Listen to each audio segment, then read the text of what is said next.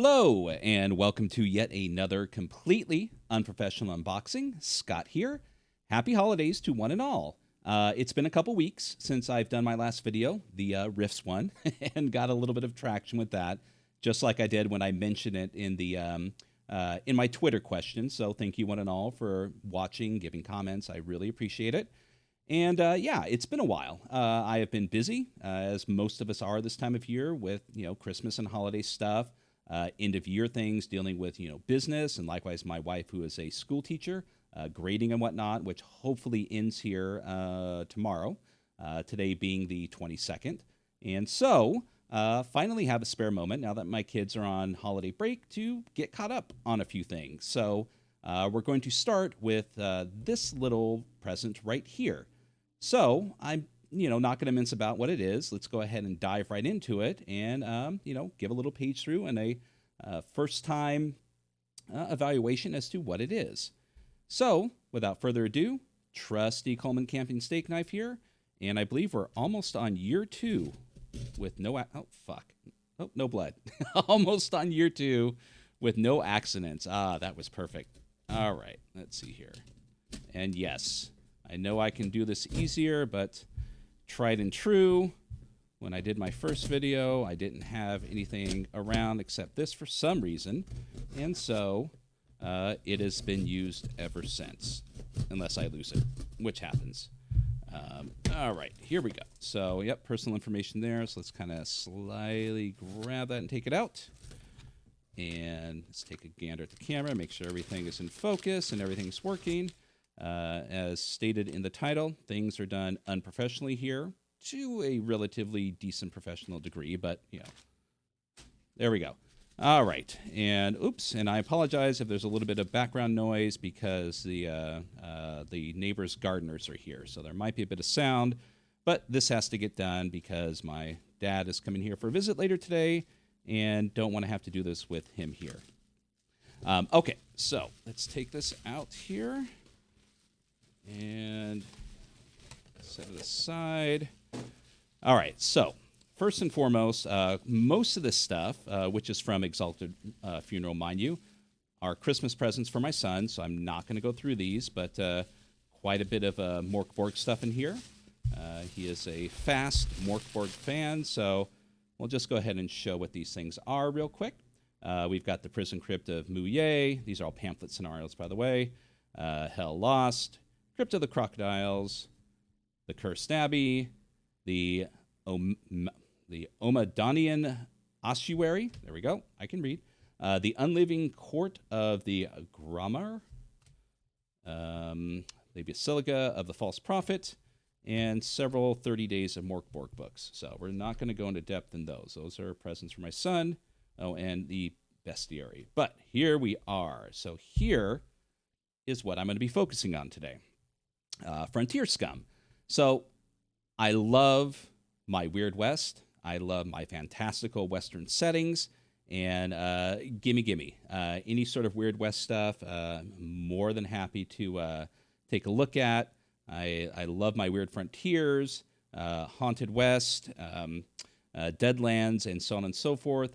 But with those come, especially the first two, quite a bit of reading. Those are gigantic, old-school phone book-sized books, and as wonderful as they are, it's refreshing to have something a little more light. And I think we'll see that even though this is light, this does have a lot of beef to it. So what do we have here? We have Frontier Scum, and a game of insatiable greed where scum live one slug from the grave by Carl Druid. I'm just going to slide up here a little bit. There we go. All right. So first off, the cover of this book. I mean, I don't know if you can see that there. Well, we got a little bit of a... I should have turned the zoom off. Oh, well, we'll deal with it with this video. I turned the zoom off so it doesn't zoom in and out when the camera focuses on certain things, but here we are. 'Tis the season. And so it's thick cardboard. So it kind of gives the... first off, the aesthetic, the old school aesthetic of catalogs from the Wild West, which, I mean, I'm not a historian, but, may or may not have, been presented as such. It's got some stitching here on the side, no end piece there.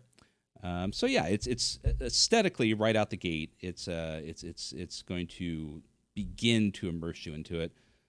Quite a bit of what I would probably consider to be stock art here to coincide with it, but still tastefully done.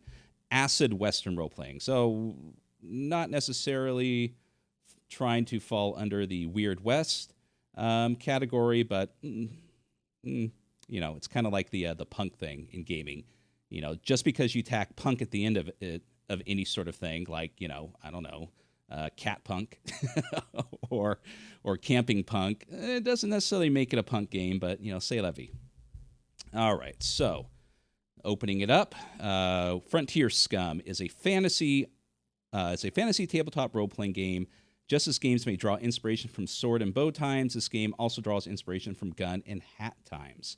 It is not a vehicle with which to propagate the racist, sexist, homophobic, and otherwise bigoted stereotypes and tropes of the Old West or any other area. Okay, fair enough. Frontier Scum, a game about wanted outlaws making their way on the lost frontier. We have a nice little line here from a William Blake poem. Every night and every morn, some to misery are born. Every morn and every night, some are born to sweet delight. Some are born to sweet delight. Some are born to endless night. Very nice. Okay, so this is a game by Carl Druid. We have art from Skull Fungus, Chalk Down. Is that Mikhail or Makai? I can't see that there. Gutowski, and The Public Domain. Setting words by Brian Yaksha. Venture layout by Chalk Down. Proofreading and editing by Walton Wood. And system inspired by Mork Borg, or from Mork Borg by Pele Nielsen and Johan Noir. Or Noir, sorry, not Noir. Well, Noir sounds cool. Okay, so going into this. Printed in Portugal. Cool. And so we've got the table of contents here, beginning with The Lost Frontier, and then playing Frontier Scum, which goes from page 13 to 33. Escape the Oregon Rail. Okay, a little play on words there. And then random tables in the back and a rules reference sheet. And a nice little link to their website for character and horse sheets, rules reference sheets, third-party license, and more.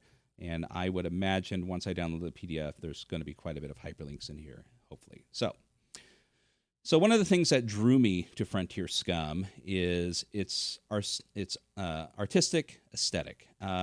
Much in the vein of Mork Borg, which, kind of there's a general division down the center regarding the layout and aesthetic of Mork Borg. Some people absolutely love it, and some people can't stand it. It just crumples their brain trying to read it, and I can see both sides. I absolutely love the aesthetic. I love the artistic take, throughout the book, from cover to cover. There's something to see, something to discover, and a lot of hidden things within it that are fun. But on the other side of the coin, it does make reading it a bit difficult at times, especially for those who have certain reading disabilities, such as dyslexia and whatnot, such as myself. But I never really had a problem reading it. Maybe it's because it kind of bounces all over the place like my attention does when it comes to reading, and it comes at you in small snippets. It's not a giant, dense, dump of words and such that you just have to slog through a bit at a time. And it seems here, at least to a certain degree, that Frontier Scum is doing the same thing, but in a Western aesthetic. I mean, those of you who are, who have played, oh God, I can't believe I'm drawing the blank on the Western video game by Rockstar. Son of a bitch. Oh boy. Getting old sucks, y'all. Or maybe my Santa hat is on too tight. Holy crap, I am completely drawing the blank. Well, anyways, GTA the Western. There we go. Close enough. But you know what I mean. So when you're within that game and you're opening up the catalog to order your stuff, it's not just a list of inventory. It presents itself, it's very similar to this. And this does the same, it looks like. It does take some artistic integrity here, but I'm going to say it's probably going to be a lot easier to digest for most people, because even though it's done in kind of a somewhat old Western catalog style, the layout is a lot more simplified, and doesn't come at you, quite as much as the Mork Borg books do. So anyways, I digress as usual. So we have the local errant news and legends from the Lost Frontier. So it goes in kind of like I would say more of a newspaper style with adverts within it, giving you a bit of lore along with these wonderful side things to add to the immersion. Telling you, looks like about the different areas. Now, mind you, this is I did an initial page through of it when I looked at the PDF, but I've never dove into this that much. So this is my first time looking at it physically. So here, continuing on. So we have various locations, Fort Gullet, Palace, All Hallows Canyon. We have a map here of the Lost Frontier. And we've got, then we go on into character creation, first names, last names, playing Frontier Scum, uses grit, slick, wits, and luck. Your maximum HP is D6 plus grit. Roll on the table for what kind of outlaw scum you are. Roll on the wanted table to see what crime they accuse you of. Roll or choose a background. D6 twice to get your starting skills. D6 twice to get your starting items. Roll a D66 for bonus skill and D66 for a bonus item. You also get a canteen with a day's worth of water. D10 silver for each ability below plus 0. Roll for a stolen horse. Cool. Roll for a gun and get a slot's worth of ammunition for it. Describe your hat and keep it close. It may save your life. Okay, another cool thing. Roll, choose, or invent a name for yourself, or to use the table to the left. Okay. So, sorry, there's been a lot of updates with the software that I use, so I'm kind of glancing at the screen and my camera to see if I've frozen. I'm hopefully going to be getting a new camera for Christmas.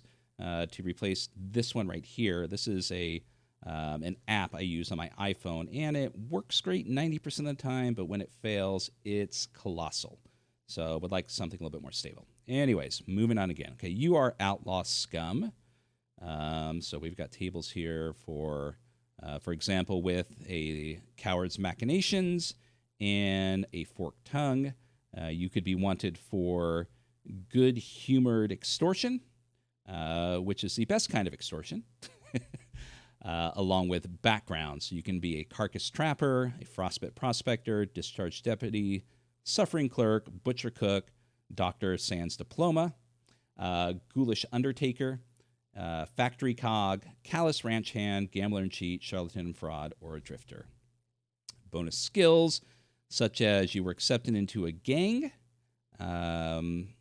Let's see here. You were accepted into, or you dug your own grave. Example skills for that: barter for time, dig hard ground, hold breath. Okay.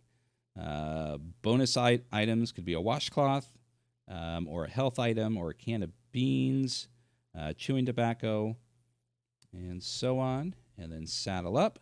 You begin with a stolen horse saddle and saddlebag, which could be a nag, a donkey, a mule, riding horse, draft horse, or racehorse.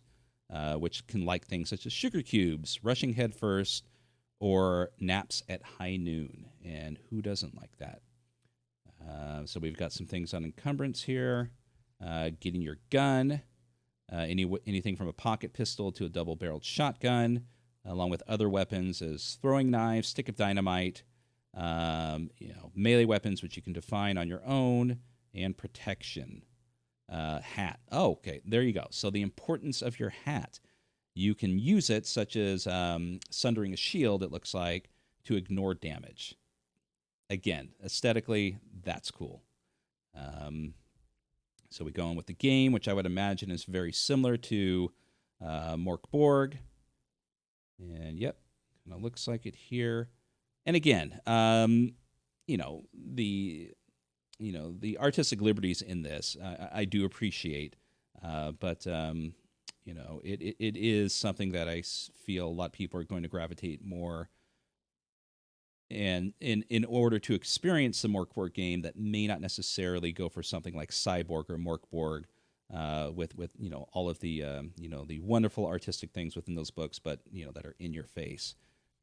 I love them. Some people don't. Okay, Scum on the trail, dealing with things like hunting, foraging, and fishing. Scum in the streets. What is this? Okay, so buying things and random encounters or NPCs, things on entering a saloon, going on a bender, or what some call carousing in other games. Absolutely. What was one? Great set of tables here. Who you owe. Skinner Troika Rivets, you're not quite sure. The Outlaw Union or the Incorporated Bank, amongst others. And then we have Escape the Oregon Trail, or Rail, sorry. So this is the adventure. Yeah, you are prisoners aboard the Oregon Rail, a penal train clad in black iron, spewing blood-red smoke as it rattles across the tracks of the Big Nothing. Rumors say its belly vault contains the confiscated swag of 1,000 robberies gone wrong.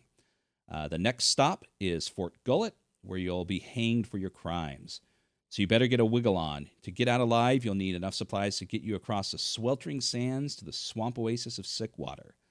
No straight shooting lawfolk would ever set foot in that veritable rat's nest of thieves and outlaws. Yep, that's your only chance. Of course, it couldn't hurt to have a look in that vault while you're at it. Could it? All right. So yeah, excellent. It comes with an adventure, which is always nice. I know. Again, there's some opinions that people feel that an adventure that comes with a core rule book is a waste of space that could be filled with other necessities. And since it's it's generally a one-time single-use thing, but I disagree on that. For me, an adventure is always something to help those new to any game get a feel and understand the game itself and how it works before they decide to go out and create things themselves. It's a nice foundation, but each to their own.